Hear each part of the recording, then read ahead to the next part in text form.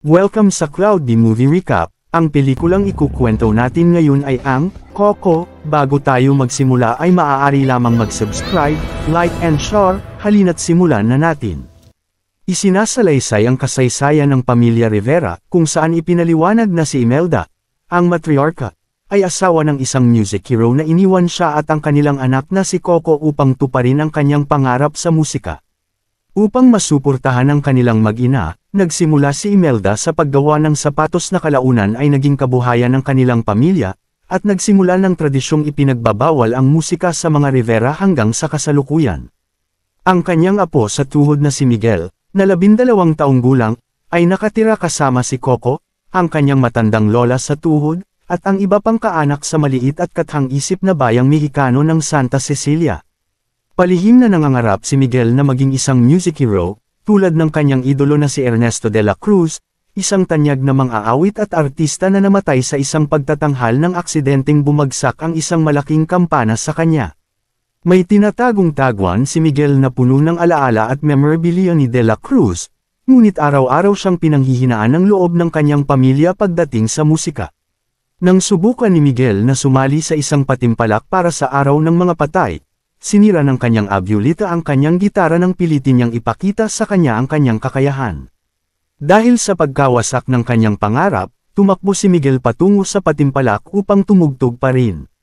Habang naghahanap ng gitara, nadiskubre niya ang isang lihim sa litrato ni Imelda, kuha kasama ang kanyang asawa at sanggol na si Coco, na nasa gitna ng kanilang portrait ng pamilya sa ofrenda. Ang kanyang asawa na sinadyang pinunit ang mukha sa larawan ay may hawak ng gitara na kilalang gamit ni Ernesto. Inakala ni Miguel na si Ernesto ang kanyang ninuno, kaya nagkaroon siya ng lakas ng loob na nakawin ang gitara ng music hero mula sa kanyang libingan upang gamitin sa patimpalak. Ngunit nang patugtugin niya ito, isang mahiwagang himig ang nagpadala sa kanya sa mundo ng mga patay, hindi na siya nakikita o nahahawakan ng mga buhay, maliban kay Dante, ang askal na aso na naging kaibigan niya.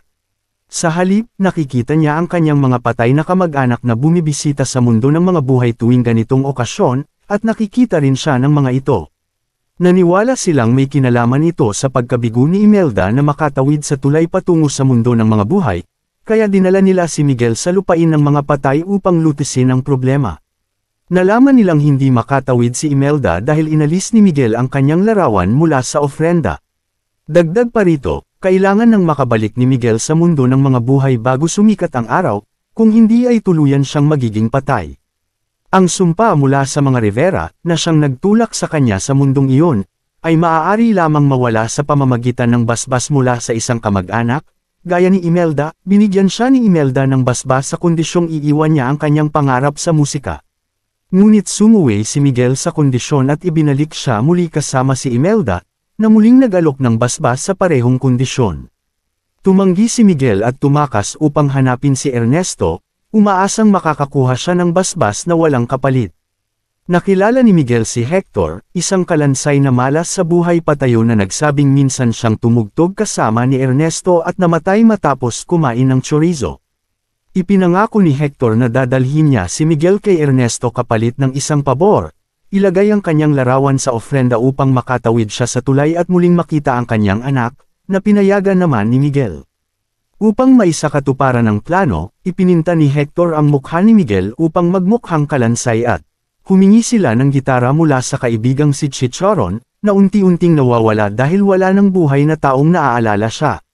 Tuluyan nang naglaho si Chicharon mula sa lupain ng mga patay, at napagtanto ni Miguel na nasa panganib ding makalimutan si Hector. Kaya gusto ni Hector na ibalik ni Miguel ang kanyang larawan sa mundo ng mga buhay upang makabisita siya sa kanyang anak sa huling pagkakataon.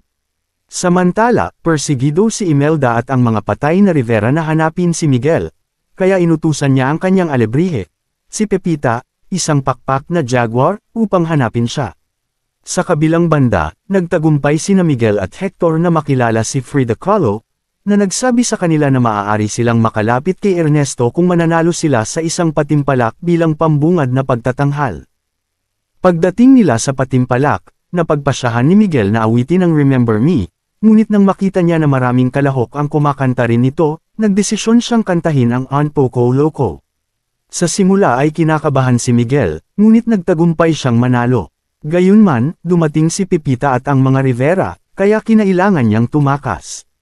Nalaman din ni Hector na nagsinungaling si Miguel tungkol sa pagiging nag-iisa niyang kamag-anak kay Ernesto, at na maaari naman palang naipaskil na agad ang kanyang larawan. Habang naipit na si Miguel kina Imelda at Pepita, nagkaroon sila ng pagtatalo. Tumanggi si Miguel sa basbas ni Imelda kung hindi siya papayagang gawin ang bagay na tunay niyang mahal, ang pagtugtog ng musika.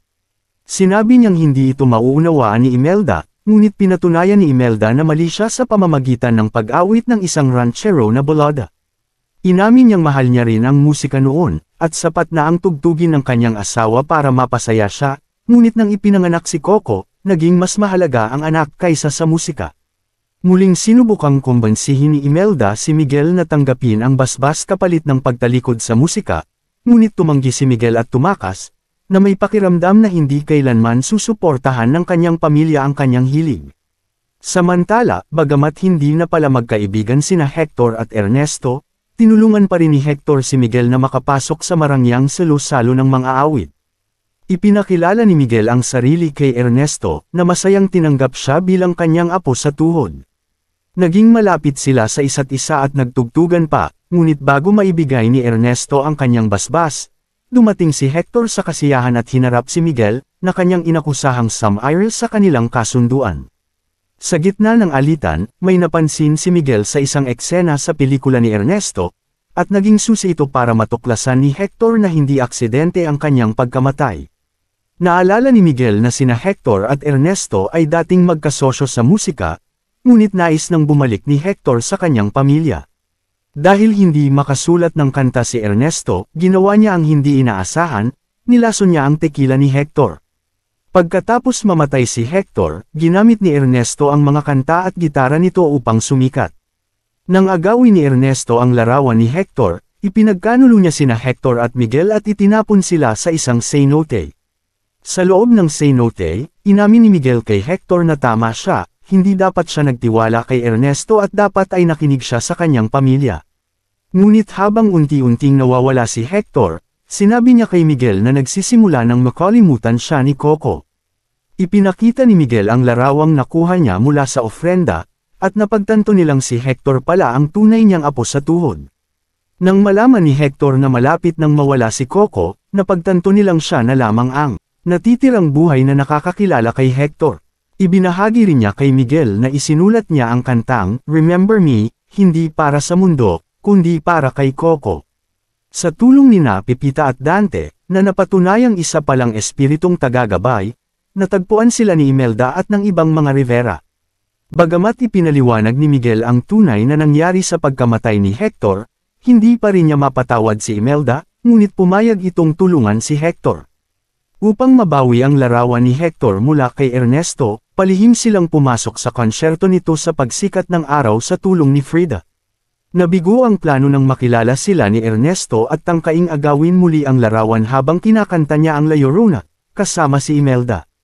Ngunit nabunyag ang kanyang kasamaan sa harap ng kanyang mga tagahanga, nang ipalabas ng pamilya sa madla at orkestra ang kanyang mga lihim.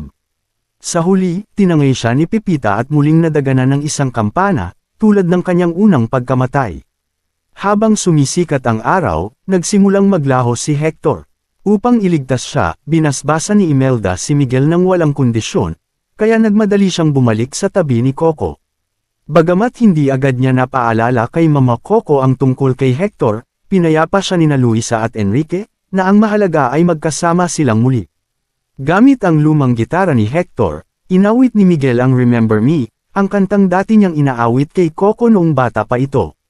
Nabuhay ang alaala ni Coco, at kinuha niya mula sa isang lumang bungkus ang nawawalang bahagi ng larawan mula sa ofrenda, na may mukha ni Hector. Dahil sa pagbabalik ng alaala ni Coco, muling nagkaisa ang pamilya at tinanggap na rin ang musika sa kanilang tahanan. Makalipas ang isang taon, ipinagmamalaki ni Miguel ang kanilang ofrenda sa kanyang bagong kapatid na babae, na ipinangalan kay Coco, na ngayon ay may larawan nina Hector at ang yumaong si Coco. Dahil sa mga revelasyon ni Miguel, tuluyang kinundena ng mundo ng mga buhay si Ernesto, at ngayon ay si Hector na ang kanilang pinararangalan. Sa lupain ng mga patay, muling nagkita sina Hector, Imelda at Coco, at sabay-sabay silang tumawid sa tulay upang makasama ang kanilang pamilya sa mundo ng mga buhay, kabilang si Miguel. Doon, masayang tumutugtog si Miguel ng gitara kasama ang kanyang mga pinsan, para sa mga buhay at patay na miyembro ng pamilyang Rivera. Dito nagtatapos ang pelikula. Salamat sa panunood hanggang sa susunod na video.